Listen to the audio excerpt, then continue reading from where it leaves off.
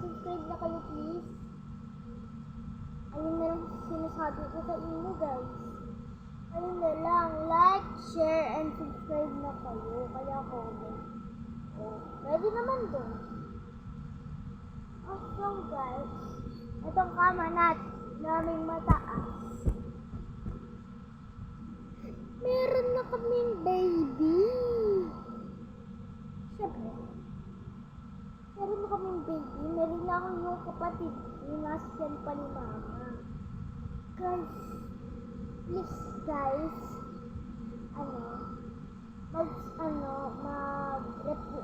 mag-comment naman kayo kung ano yung gagawin ko naman. Kung anong gagawin ko sa filter. Gagawa ko ng iPad. Gagawa ng cellphone. Sabay filter. Kung mayroong bata, isi-search yung parang dun sa keyboard nila. Pero wala talaga akong laptop guys. Wala kaming pambili. Please guys, mag-subscribe agad kayo. Para diba? Matutuwa pa yung mama ko. Diba guys? Please subscribe na kayo. Please, meron akong kukwento sa inyo. Alam mo dati meron akong nakikita. Hindi dapat nakikita. Ang kamay na pugod.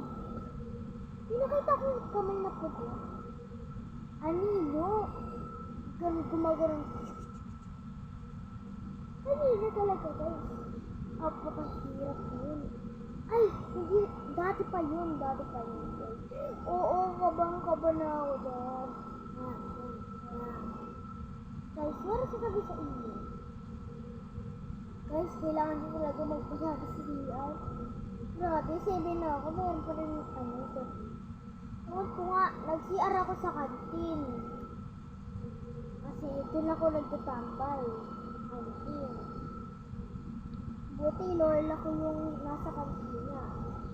So, siya yung nagbabayad sa kantina. Kasi din talaga siya nagtitinda sa kantina.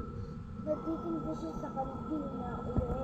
Nakita ko, sabi ko, Lola, merong kamay na pugod. Tas anino, gumaganon. Pagkatapos kumalabog. Guys, kumalabog yung bubong. Kaya ko nga din eh. So guys, meron sabihin sa inyo. Question lang ha. Bakit kaya ganun? Ayun po guys. Bye!